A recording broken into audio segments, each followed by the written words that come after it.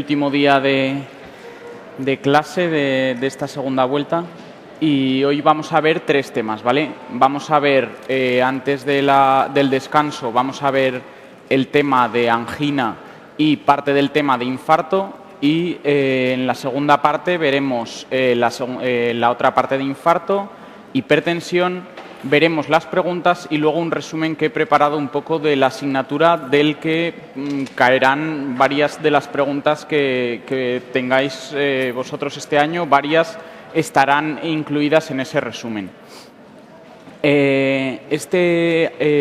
También veremos los que probablemente sean los electros de este año, ¿vale? Este año tiene que caer un infarto. Ha caído fibrilación auricular, ha caído bloqueo y todavía no ha caído un infarto y tiene que caer. Yo estoy prácticamente seguro que vuestro electro va a ser un infarto. Entonces veremos unos cuantos electros de infartos, tanto con elevación como sin elevación del ST. Bueno, tema de angina. Es un tema importante. ¿Qué es la angina de pecho? Es un síndrome que se define clínicamente, ¿vale? Por un dolor torácico y que es secundario a un episodio de isquemia miocárdica. Este síndrome clínico se puede presentar en distintas formas. En forma de angina estable, que como ahora veremos, es un episodio que aparece en esfuerzo, es un episodio crónico. En forma de síndrome coronario agudo sin elevación del ST, que a su vez incluye angina inestable, que es, como veremos, un episodio de angina que aparece en reposo o el primer episodio de angina, o en forma de infarto sin elevación del ST, es decir, infarto subendocárdico. También aparece angina de pecho en el síndrome coronario agudo con elevación del ST, que es un infarto subepicárdico. La diferencia entre angina e infarto es que en el infarto hay daño miocárdico. ¿Cuál es la clínica? Es un dolor torácico, normalmente centrotorácico, opresivo, retroesternal, irradiado desde mandíbula hasta brazos, que es constante a diferencia del dolor de la pericarditis. Este no se modifica ni con la respiración ni con los movimientos. Suele tener una duración breve en el caso de una angina y mayor de 20 minutos en el caso del infarto. Se suele desencadenar con el esfuerzo y cede con reposo o nitroglicerina sublingual. ¿Cómo se clasifica? Ya lo hemos dicho, angina estable, síndrome coronario agudo sin elevación del ST y síndrome coronario agudo con elevación del ST, que veremos en el tema siguiente. Angina estable aparece siempre en circunstancias similares. Paciente que hace esfuerzo, con frío. Se debe a la existencia de obstrucciones estables, es decir, esas placas de ateroma que vimos ayer que producen una obstrucción estable. Entonces, en reposo no dan síntomas, pero en cuanto el paciente está sometido a un esfuerzo, se manifiesta este dolor anginoso, ¿vale? No hay necrosis miocárdica significativa. Desaparece con el reposo o con nitroglicerina, es crónico, ya lo hemos dicho, es una placa de ateroma crónico que no da síntomas en reposo, sino da síntomas cuando el paciente empieza a hacer algún esfuerzo. Igual que la insuficiencia cardíaca, se clasifican según la clase funcional de 1 a 4, de menos a más síntomas. Angina inestable. La angina inestable es un episodio anginoso que aparece o bien en reposo, o bien es el primer episodio de angina que aparece en esfuerzo en clase funcional 3, o un agravamiento progresivo de episodios anginosos, es decir, un paciente que tenía angina estable, que se desencadenaba con moderados esfuerzos, empieza a empeorar y ahora se desencadena con mínimos esfuerzos. Eso también se considera angina inestable. Es decir, implica un empeoramiento no esperado de una situación estable, es decir, de una angina estable, o la reciente aparición de un episodio anginoso.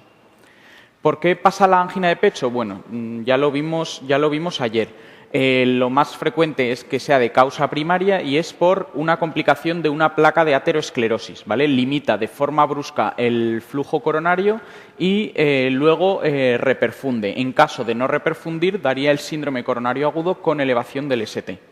También puede ser de causa secundaria, es decir, hay una placa estable y por aumento de las demandas de oxígeno, paciente que sufre una crisis hipertensiva, una anemia severa, fiebre, pues se desencadena este estadio estable, pasa a una situación inestable con dolor, ¿vale?